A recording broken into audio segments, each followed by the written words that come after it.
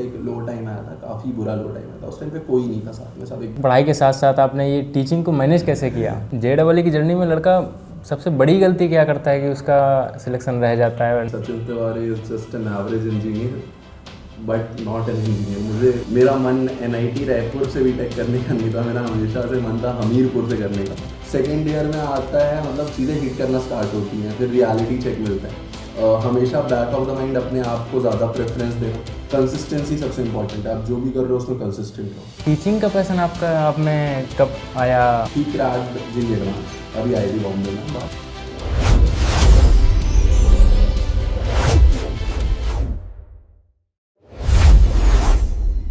मैं हूं निखिल तिवारी, स्वागत करता हूं आपका अपने इस नए एपिसोड में।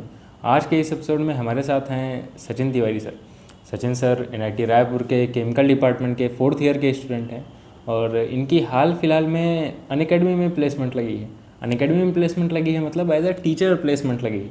हाँ, सही सुन रहे हैं आप, बीटेक कर रहे हैं, ये इंजीनियरिंग कर रहे हैं, लेकिन एज अ टीचर इनकी प्लेसमेंट लगी है। तो इस एपिसोड में हम जानेंगे कि इनके 4 साल कैसे रहे बीटेक के, इन्होंने क्या क्या एक्सप्लोर किया और ये टीचिंग में कैसे आए, ये सारी चीज़ें हम जानेंगे। और JEE नीट वाले स्टूडेंट के लिए भी ये वीडियो काफ़ी हेल्पफुल होने वाला है, क्योंकि सचिन सर JEE नीट वाले स्टूडेंट को ही पढ़ाते हैं। तो चलिए वीडियो को शुरू करते हैं बिना किसी देरी के।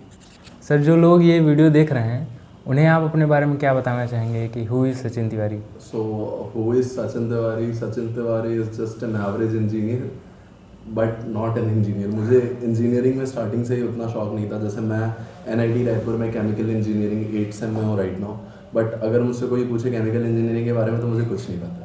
बिकॉज मेरा ऐसा था कि स्टार्टिंग से ही जब मैं JEE के लिए पढ़ता था तो मुझे बहुत फैसिनेट करती थी चीज़ें फिज़िक्स वाली, और जब मैं यहाँ पे आया तो वो चीज़ें अलग नहीं थी बट वैसी नहीं थी जैसी मुझे चाहिए थी।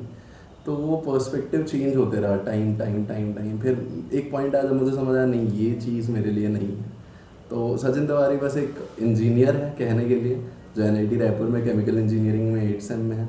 बाकी मैं एक्स्ट्रा करिकुलर जो चीज़ें होती हैं उनमें ज़्यादा एक्टिव हूँ। Talking about my self, sports committee जो हमारी है, शौर्य जो टीम है, द बेस्ट टीम भाई, पूरे कॉलेज की सबसे अच्छी टीम है शौर्य। तो उसमें हेड हूँ, और चीज़ें मैनेज करना, लोगों से कम्युनिकेट करना, बातें करना, ये सारी चीज़ें मुझे ज़्यादा पसंद है। तो अगर ओवरऑल एक सिंपल लाइन में बताना हो सचिन तिवारी, तो एक एक्सट्रीम एक्सट्रोवर्ट और इंजीनियर, टीचर, ये सारी चीज़ें ना होंगी बताने के लिए। अच्छा सर, आपने बताया कि फ़िज़िक्स में आपका इंटरेस्ट रहा है स्टार्टिंग से, तो बीटेक क्यों किया पहली बात, और दूसरा बीटेक यहाँ पे आए आप तो बीटेक के बाद केमिकल इंजीनियरिंग आपने लिया, तो इसके पीछे का क्या रीज़न रहा? देखो, सबसे पहली बात, ऐसा बीटेक करने का कुछ फिक्स नहीं था। मैंने ड्रॉप भी कुछ और रीज़न से लिया था, we would not discuss it over here. But जब मैं ड्रॉप लिया था कि चलो अब पढ़ते हैं, तो जब मैंने पढ़ना चालू किया तो मुझे चीज़ें थोड़ी आसान लगने लगी, बिकॉज मैं बुक से पढ़ता था इंस्टेड ऑफ सम वीडियोज और something. I use to go through books, जैसे DC पांडे है, तो मैंने वो 5 वॉल्यूम बहुत अच्छे से पढ़ रखी थी, तो मुझे चीज़ें ना विजुअलाइज होती थी, क्या बोलना चाह रहा है समझ आता था। और रही बात कि बीटेक क्यों लिया और वाई केमिकल इंजीनियरिंग, तो मेरा मन NIT रायपुर से बीटेक करने का नहीं था, मेरा हमेशा से मन था हमीरपुर से करने का। बट फैमिली वाले कुछ चीज़ें बोले, एंड प्लेसमेंट स्टार्टिंग में सबके मन में वही रहता है कि प्लेसमेंट अच्छी है, प्लेसमेंट अच्छी है। जो रैंक आई है उस हिसाब से मैंने देखा कि मुझे केमिकल इंजीनियरिंग मिल रही है, इसका प्लेसमेंट ठीक है NIT रायपुर में, मैं आ गया। बट स्टोरी कुछ और ही है, मतलब एट दी एंड चीज़ें तो डिफरेंटली वर्कआउट की, बट ठीक है, सही है। अच्छा सर, जैसे कि आप 4th ईयर में हैं तो लगभग आपने सभी पड़ाव देख लिए हैं, 1st year, 2nd year, 3rd year सब देख चुके हैं। तो अभी जो स्टूडेंट आ रहे हैं 1st ईयर में या जो 2nd ईयर में हैं, तो वो काफ़ी कुछ सोच के रखते हैं दिमाग में कि कॉलेज जाएंगे, 1st ईयर वाले ज़्यादातर कि कॉलेज जाएंगे, मस्ती करेंगे, स्किल सीखेंगे, ये करेंगे वो करेंगे, बहुत कुछ।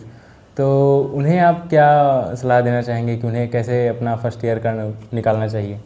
देखो, 1st year is all about enjoyment. 1st year में जितना इंसान एंजॉय करता है उतना किसी ईयर में नहीं करता है। 2nd ईयर में आता है, मतलब चीज़ें हिट करना स्टार्ट होती हैं, फिर रियलिटी चेक मिलता है। सबसे पहले मैं एक ही चीज़ बोलूँगा कि दोस्ती यारी में इतना इंडल्ज मत रहो। यहाँ पे NIT रायपुर स्पेसिफिकली जैसा कॉलेज है, यहाँ पे कुछ खास अच्छे दोस्त नहीं बनते हैं उतने। दोस्ती अच्छी है, मतलब ठीक है, कुछ लोग मेरे भी हैं गिने चुने दोस्त, बट ओवरऑल यहाँ पे सब मतलब के लिए हैं इस कॉलेज में। अगर बहुत ज़्यादा फैक्ट अगर स्प्लिट में करूँ तो मतलब ही लोग ज़्यादा हैं यहाँ पे। तो मैं यही बोलूँगा कि हमेशा बैक ऑफ द माइंड अपने आप को ज़्यादा प्रेफरेंस देना, और फर्स्ट ईयर में आते हैं तो भाई लॉन्डो ही मन होता है, गर्लफ्रेंड बनानी है ये सारी चीज़ों से करो भाई, अपनी लाइफ है, हर चीज़ एक्सपीरियंस कर लो। बट वही एक चीज़ है, जब रियलिटी हिट करती है, चीज़ें गलत जाती हैं, बुरा टाइम आता है, तो ऐसा लगता है कि मेरे साथ कोई नहीं है। तो उस टाइम पे तुम अपने सीनियर्स के पास जाओ, क्योंकि बहुत सीनियर अच्छे होते ही हैं।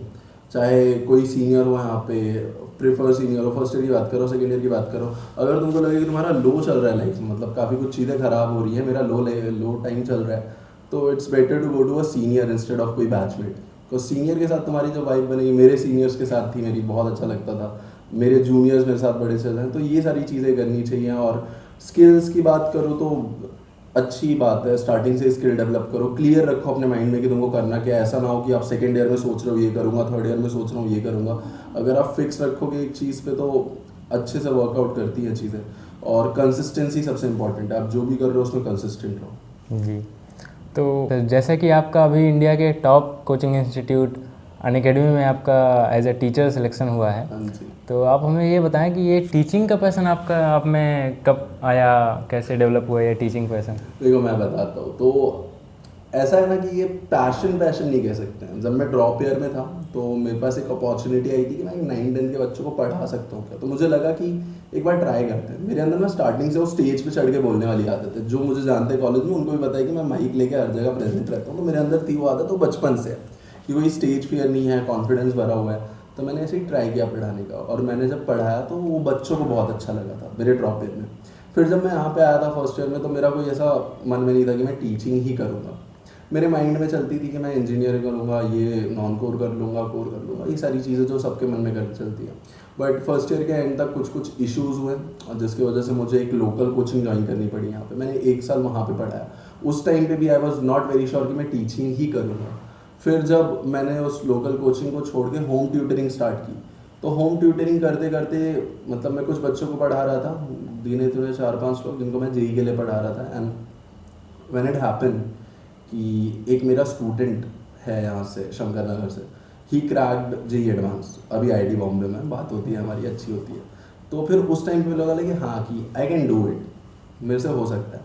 फिर मैं 4th ईयर में आने के बाद सबका प्लेसमेंट सिनेरियो देख रहा था, और बैक ऑफ द माइंड मेरे पास कुछ ऑप्शंस थे ऑलरेडी बड़े बड़े कोचिंग के। वहाँ पे मैंने फ्रीलांसिंग में काम किया था, तो मुझे लगा था ये हो जाएगा।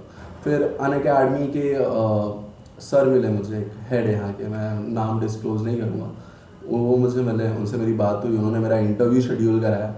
एंड रिसेंटली ही हुआ ये अनअकैडमी वाला, फरवरी में हुआ है, तो इनिशियल फरवरी में। तो उन्होंने मेरा इंटरव्यू शेड्यूल कराया, मैंने इंटरव्यू दिया और क्वेश्चंस वगैरह पूछे गए, काफ़ी अच्छे से सब इंटरव्यू हुआ। और फिर जाके आई गेस 16-17 फरवरी को कंफर्म हो गया कि हाँ I am getting into Unacademy. और ये बहुत अनएक्सपेक्टेड था मेरे लिए कि एक प्रोफेशनल टीचर बनना। बाकी सब यही बोलते थे कि मैं टीचिंग ही करूँगा, बट मेरे माइंड में चलता था मैं टीचिंग नहीं करूँगा। बट हुआ वही जो होना था। ठीक है, I am very happy for this thing. जी। तो एक स्टूडेंट के तौर पे और एक टीचर के तौर पे आपके क्या एक्सपीरियंस है? आपको क्या लगता है कि ये जब से आपने टीचिंग स्टार्ट की तो मेजर चेंजमेंट क्या हुआ आप में? एक स्टूडेंट के तौर पे तो आई कैन से कि यहाँ इंजीनियरिंग कॉलेज में मैं अच्छा स्टूडेंट नहीं रह पाया हूँ इन टर्म्स ऑफ स्टडीज़। में से नहीं होती है इतना, मतलब ध्यान नहीं हो पाता है मेरा honestly. But talking about teacher, तो मेरे भी लाइफ का, जैसे बोला लो टाइम आता है, मेरे भी लाइफ का एक लो टाइम आया था, काफ़ी बुरा लो टाइम आया था। उस टाइम पे कोई नहीं था साथ में, सब एकदम अलग अलग थे। तो टीचिंग ने क्या किया कि मैं सुबह से शाम तक, स्टार्टिंग फ्रॉम 7 बजे से, मैं सुबह 7 बजे से क्लास लेना स्टार्ट करता था, और रात में 11 बज रहे हैं, 12 बज रहे हैं। कुछ जगह मैं एक ऑनलाइन क्लासेस लेता हूँ दूसरे कंट्रीज़ में, जैसे मेरे कुछ स्टूडेंट्स इंटरनेशनली भी हैं, यूएस के स्टूडेंट्स हैं, यूरोप के स्टूडेंट्स हैं। तो कभी मैं 1 बजे क्लास ले रहा हूँ, कभी मैं 2 बजे क्लास ले रहा हूँ। तो वो करते करते करते मेरे पास टाइम ही नहीं रहता था कि मैं कुछ बुरा सोच पाऊँ।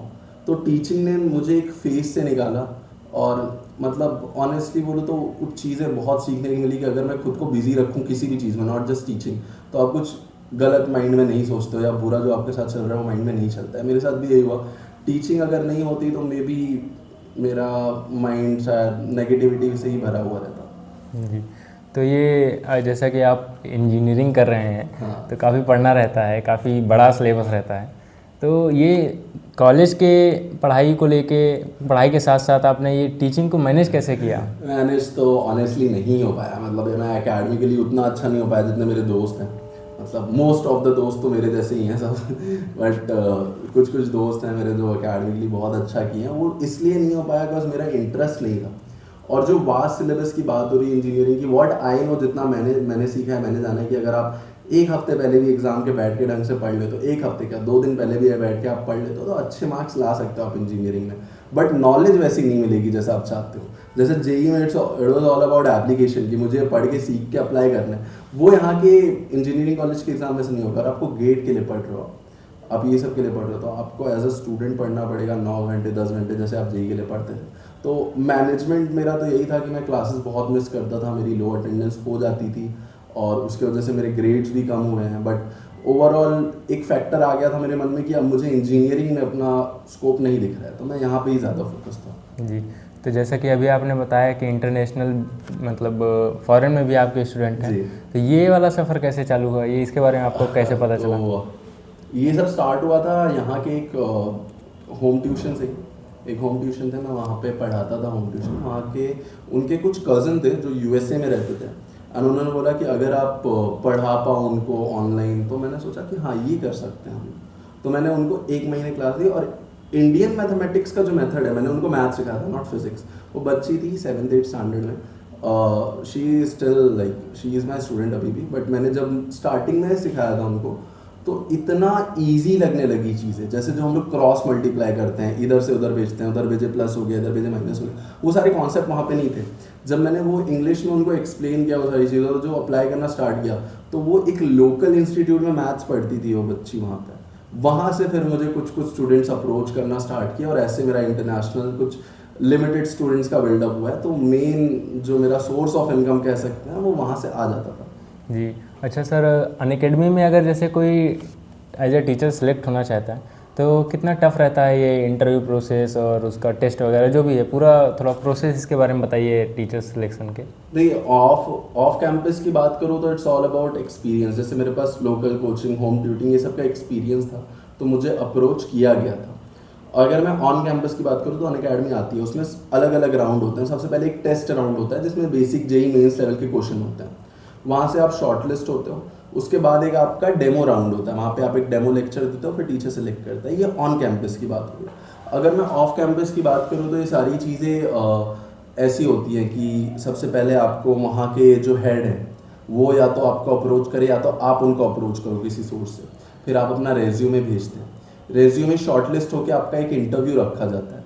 वो इंटरव्यू में क्वेश्चन एडवांस के ऊपर के होते हैं। जो मैंने इंटरव्यू दिया था उसमें एडवांस के ऊपर के लेवल के क्वेश्चंस थे, और वो इंटरव्यू क्रैक करने के लिए ज़रूरी नहीं आपको हर चीज़ है, बट आपका अप्रोच कैसा जा रहा है, मैक्सिमम क्वेश्चन आप आंसर कर रहे हो, ये सारी चीज़ें काफ़ी इंपॉर्टेंट है। अगर आप इतना कर लेते हो तो वहाँ से आप सिलेक्ट हो जाते हो। फिर जो हेड है, जो ब्रांच हेड है, वो आपको कॉल करते हैं या टेक्स्ट करके एक मीटिंग फिक्स करते हैं, जहाँ पे आप अपनी सैलरी डिस्कस करते हो कि आप कौन से रोल पे क्या सैलरी करोगे, और फिर ये ऐसे सिलेक्शन प्रोसेस होता है। जी, तो सर आजकल क्या है ना, हर जगह बहुत सारे टीचर हो गए। मतलब मान लीजिए अगर फिजिक्स की बात करें तो बहुत सारे लोग फिजिक्स पढ़ा रहे हैं, तो इतना कंपटीशन है टीचिंग में भी। हाँ, तो उस कंपटीशन में अपने आप को अलग कैसे खड़ा करें, अलग कैसे अपने आप के अलग आइडेंटिटी कैसे बनाएं? देखो, अलग आइडेंटिटी बनेगी टाइम के साथ चल के। अब जो लोग टीचिंग करते हैं ना, वो एक चीज़ भूल जाते हैं। देखो, एप्लीकेशन की गलत चीज़ नहीं है, जो आप सीखे हो अपने टीचर से आप वही सिखा रहे हो, कोई गलत बात नहीं है। बट अगर आप एक अपने तरीके से उसको सिखाओ तो वहाँ पे आप स्टैंड अलोन कर सकते हो, चीज़ें वहाँ पे दिख सकती हैं।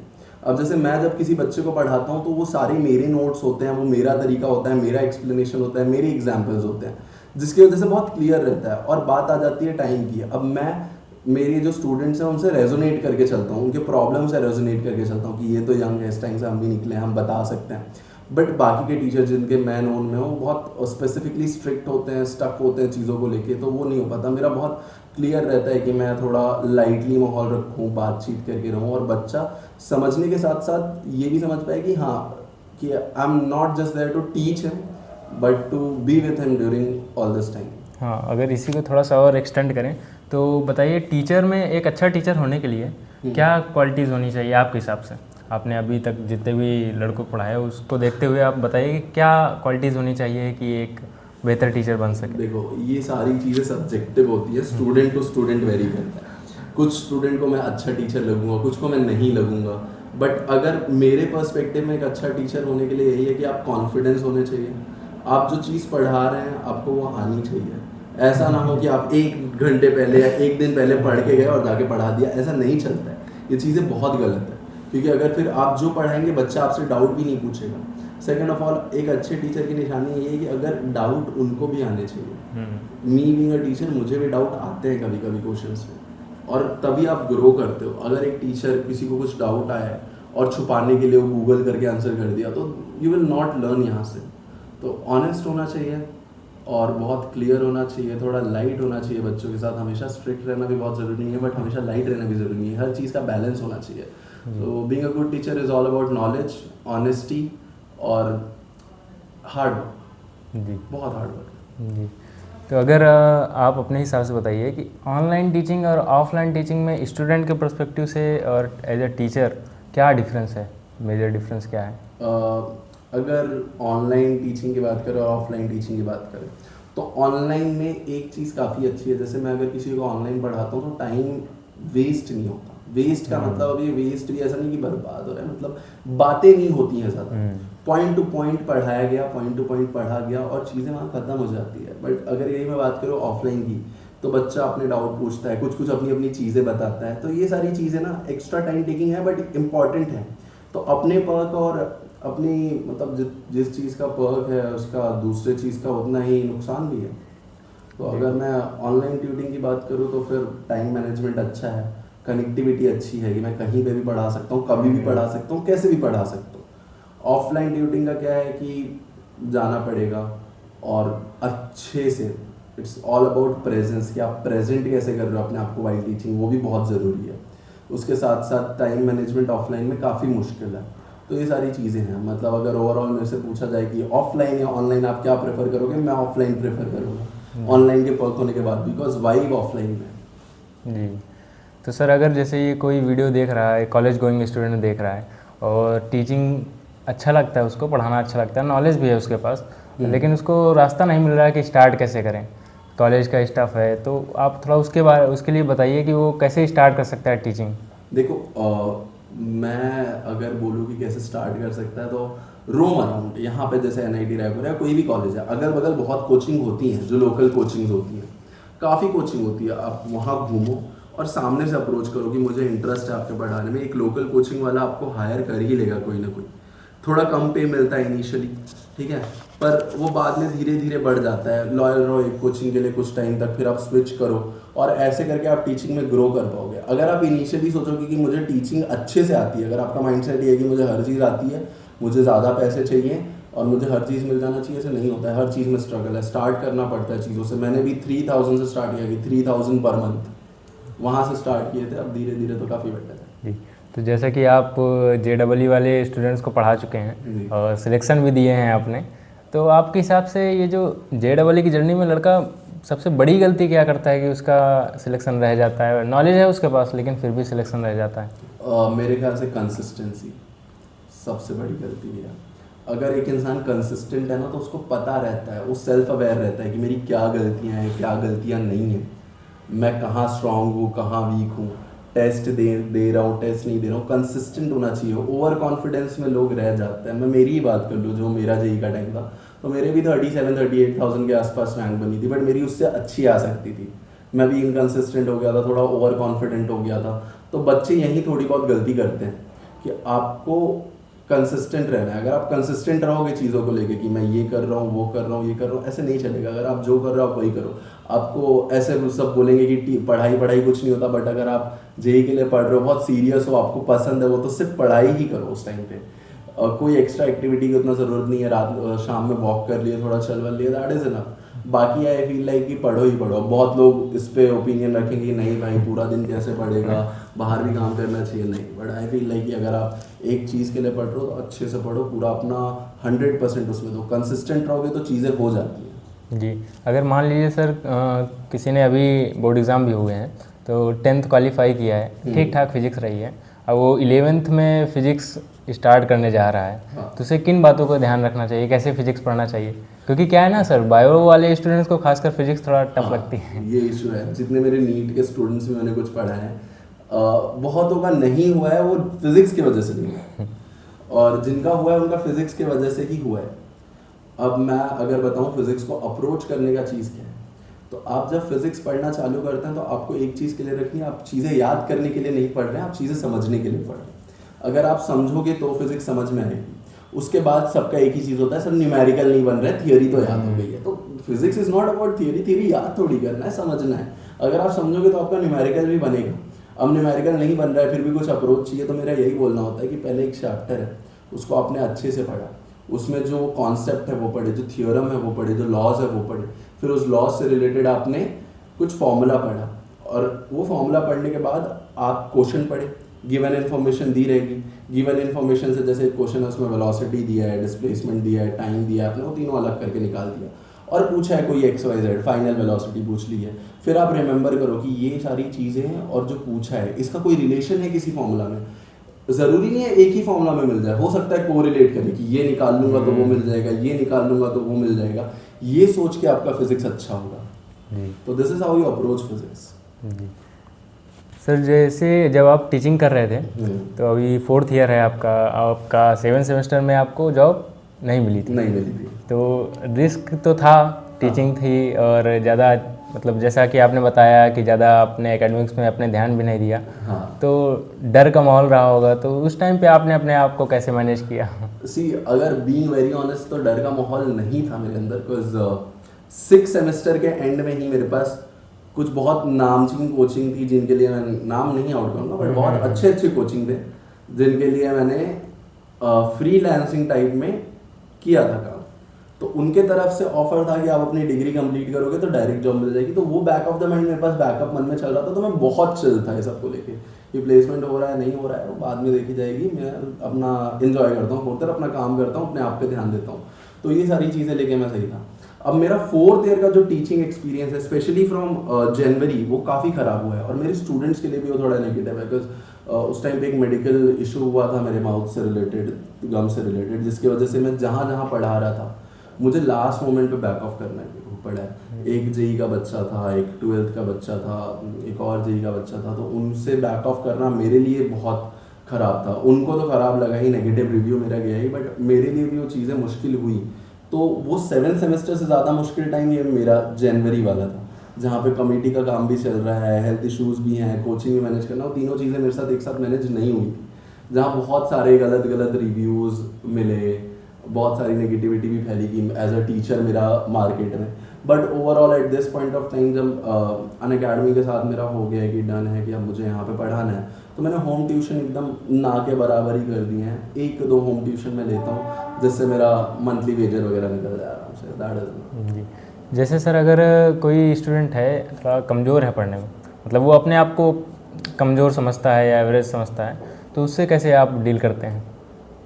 सबसे पहली बात, बहुत सारे बच्चे जो मैं पढ़ाता हूँ उनको क्लियर होता नहीं उनको जेई करना है कि नहीं करना है, करना है तो क्यों करना है, रीज़न नहीं है। अगर आपके पास कुछ करने का रीज़न नहीं है तो आप कुछ नहीं करोगे। मैं बता रहा हूँ बीइंग वेरी ऑनेस्ट, मेरे पास कोई रीज़न नहीं था इंजीनियरिंग ऐसे अच्छे से करने का, मेरे को कोई एकदम पैशन नहीं था तो मैंने नहीं की। अगर एक इंसान के पास एक रीज़न, एक डिज़ायर है तो वो काम अच्छे से करता ही है। तो मैं पहले ट्राई करता हूँ उस बच्चे से क्लियर रखने का कि क्या आपका रीज़न है, आपके पास कोई रीज़न है आईटी में जाने के लिए। और रीज़न ये नहीं होता मेरे मम्मी पापा बहुत वो लगा के रखे हैं, मेरे पे बहुत ज़्यादा बिलीव है, मैं बिलीव नहीं तोड़ सकता, ये रीज़न नहीं है। रीज़न आपका खुद का होना चाहिए कि अरे मुझे जाना है। अब वो रीज़न ये भी हो सकता है कि मुझे कॉलेज लाइफ अच्छी चाहिए इसलिए मैं आईटी कर रहा हूँ, this is also a reason, but ये आपका रीज़न है, आपके घर वालों का रीज़न नहीं है। तो एक बच्चे का वो रीज़न देना सबसे पहली बात है। उसके बाद जो पढ़ाई में वीक होता है, व्हाट आई फील लाइक कि पढ़ाई में वीक जैसी कोई चीज़ नहीं होती। अगर कोई चीज़ ढंग से समझाई जाए, ढंग से काम किया जाए, किसी को 10 मिनट में समझ आ सकता है तो किसी को 1 घंटा लगेगा, वो 1 घंटा देना पड़ेगा। तो ऐसे ये वीकनेस या कमज़ोर बच्चा ठीक हो सकता है, बट जितना मैंने पढ़ा है, जो भी मैंने देखा है कि कमज़ोर स्टूडेंट जैसा कुछ नहीं होता। It's all about your hard work, आपको कितना करना पड़ रहा है। एक बच्चे को शायद वो 15 मिनट में समझ आ रहा है, आपको 1-1.5 घंटा लगेगा, बट आपको भी वो चीज़ समझ आएगी, बट आपको उतना करना पड़ेगा, गिव अप नहीं करना होता है।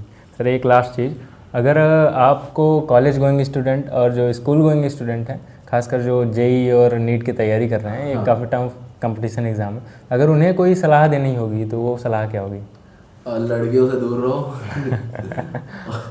नहीं, बहुत बड़ा डिस्ट्रैक्शन है भाई, दूर रहो। मैं हम सब झेल चुके हैं, कॉलेज में सब झेलते हैं। और दूसरी बात ये बोलूँगा कि पढ़ाई पे ध्यान दो। आपकी एज के लिए लड़कियों से दूर रहो, बाकी बाद में तो आपकी लाइफ है, आपको जो करना है करो। At this point of time what I will suggest कि right now focus on one thing, जो आप करना चाहते हो उस पर फोकस करो, अच्छे से पढ़ो और डाउट में मत रहो। अपने आप पे थोड़ा कॉन्फिडेंट रहो कि हाँ हो जाएगा, क्योंकि पढ़ोगे तो हो जाएगा, बाकी तो सब चिल है, होगा नहीं होगा कुछ फ़र्क नहीं है। आपकी मेहनत इंपॉर्टेंट है, मेहनत आगे काम आती है। जी, अगर जेई वाले स्टूडेंट के लिए आप कोई फिजिक्स की बुक रिकमेंड करें तो? अब मेरे ख्याल से व्हाट आई फील लाइक कि DC Pandey is more than enough. जो मैंने किया था, अगर मैं पर्सनली बताऊँ, मैंने डीसी पांडे के 5 वॉल्यूम सारी कंप्लीट की थी। उसके बाद मैंने इरोडोव भी थोड़ी बहुत लगाई थी, बहुत ही थोड़ी बहुत लगाई थी। बट अगर मैं किसी बच्चे को पढ़ाता हूँ और कोई मेरे से पूछता है कि क्या बुक सजेस्ट की जाए, तो मैं बोलता हूँ आपका कोचिंग मटेरियल भी मोर देन इनफ होता है।